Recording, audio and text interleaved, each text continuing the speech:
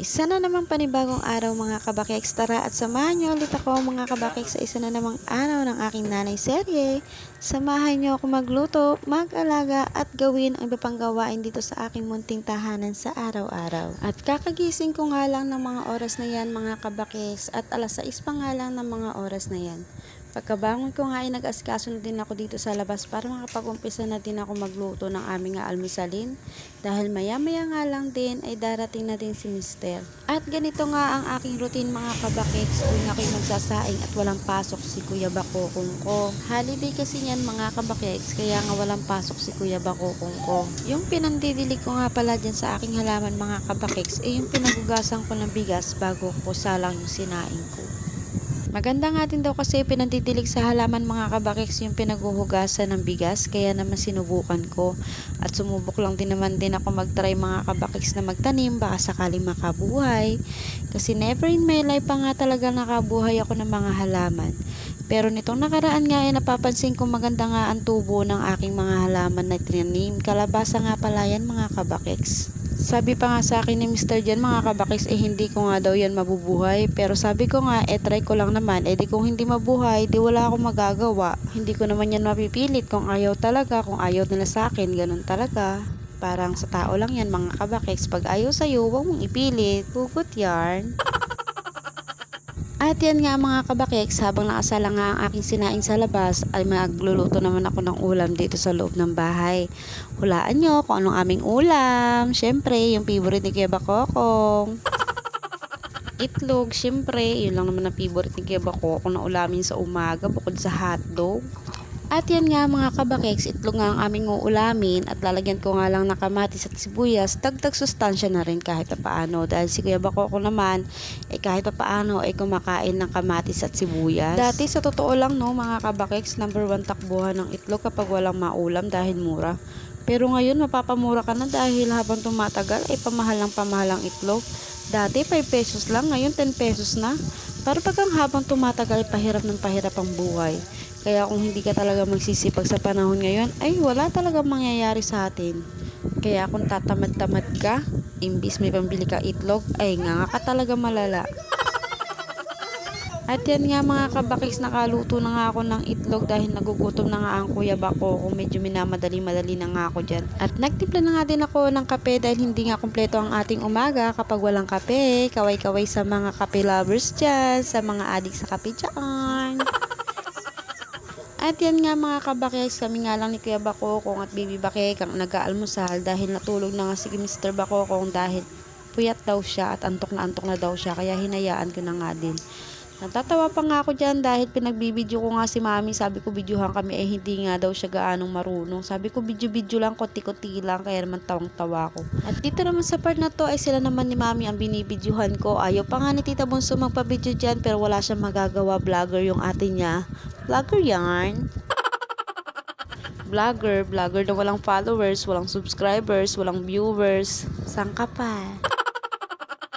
At dito nga mga kabakeks, tingnan naman ang Baby Bakekang, caught on camera, kumakain ng chichirya. Lagot ka sa akin. Pero wag kayong mag-alala mga kabakeks, 3 piraso na nga lang yata ang laman niyan kaya hinayaan ko na lang. At dito nga mga kabakeks ay lumabas kami at pinaglakad-lakad ko nga at pinag-exercise ko si Baby Bakekang natin. Tingnan nyo naman at tuwang-tuwa nga siya dyan habang naglalakad-lakad. Tuwang-tuwa kasi nasa daan at nakikita niya ang Kuya Bakokong niya at ang ating Bakekang niya nagtatakbuhan. At gustong-gusto nga din niya ni Baby Bakekang natin mga kabakeks, parang gustong-gusto niya nang maglakad. Ganyan nga lang yung gusto niyang alalay sa kanya, ayaw niyang lagyan ko siya ng lampin sa dibdib, mas gusto niya nga yung hawak-hawak ko lang yung kamay niya. At may pagbitaw-bitaw pa nga siya dyan sa akin, tingnan yung mga kabakeks, kaya bangan ng Baby Bakekang na pundok na yan. O diba, kitang-kita sa camera na tuwang-tuwa ang pagmumukha ng baby na yan. Pero bibihira ko nga din kasi mailabas siya si Baby Bakekang dahil medyo allergy nga siya sa alikabok. Lagi na nga lang kasi siya sinisipon at inuubo.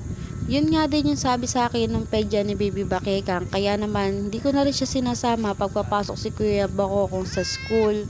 Napansin ko nga din talaga na medyo inuubo-ubo nga si Baby Bakekang ang sinisipon lagi kapag sinasama ko siya sa school. Dahil simula nung hindi ko na nga siya isinasama, nawala nga yung sipon at ubo niya. Kaya tama lang talaga na hindi ko na siya isama at naiiwan ko naman siya dito kay mami niya.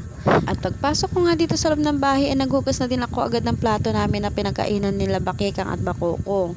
At tinawag pa nga ako dyan ni mami dahil tulog na pala ang baby Bakekang at diyan ko na nga lang siya pinatulog para hindi siya masyadong maingayan. At mag-uumpisa na nga lang din ako magluto ng aming uulamin pananghalian. At bago nga ako mag-umpisa magluto ng aming pananghalian, nilabang ko na nga muna tong uniform ni Mr. Bakokong, baka makalimutan ko na naman.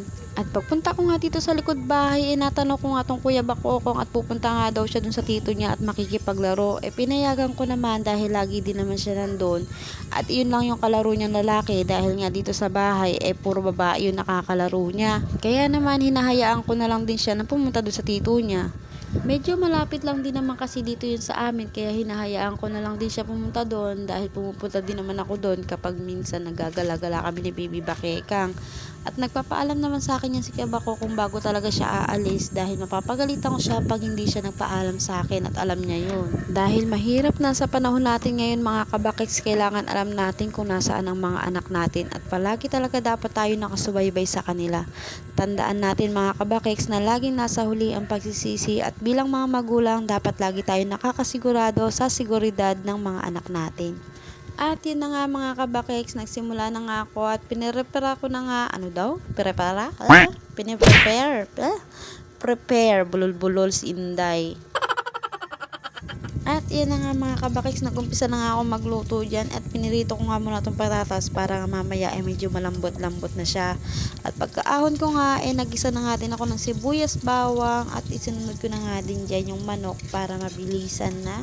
Pininyahang manok nga ang aking lulutuin mga kabakeks dahil bibihira nga ako makaluto ng mga ganito-ganito at gusto nga rin to ni Kuya Bakokong dahil nga masarap daw yan at hindi ko nga lang yan malalagyan ng hotdog dahil hindi na ako nakabili ng hotdog at wala naman ako mauutusan dahil tulog naman ang Mr. Bakokong, ang alam namang gisingin ko yun at pabilihin ko ng hotdog. At yan nga mga kabakeks naglalagay na nga ako ng mga pampalasa katulad ng magic sarap, ng patis at saka ng pamintang pino. At tansyahan nga lang pala yung paglalagay ko ng patis dyan mga kabakeks dahil alam nyo na expert na si Inday, pilingera. At yan nga mga kabakeks, mekos lang ako dyan, hinihintay ko lang siya maluto at patakip-takip. Tapos nilagay ko na yung tidbits or pinya na hiwa-hiwa. At pagkakulungan yan mga kabakeks, nilagay ko na nga din tong pinirito ko kaninang kalabasa. Patatas yan, huy. At yun na nga mga kabakis ko ano lang pinagsasabi ko at naluto ko na nga, hindi ko na nga naisa-isa sa inyo. Pero nakita nyo naman yung proseso kung paano ko lutuin. Kaya yun na lang yung panoorin nyo mga kabakis. Pasensya na.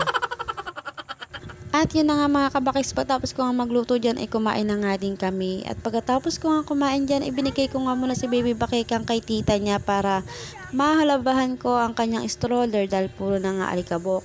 At pagkatapos ko nga maglaba dyan napatulog ko na nga din siya. At paano ba yan? Hanggang dito na nga lang ang aking video mga kabakeks. Hanggang sa susunod. Huwag kalimutan mag-like and share. Bye!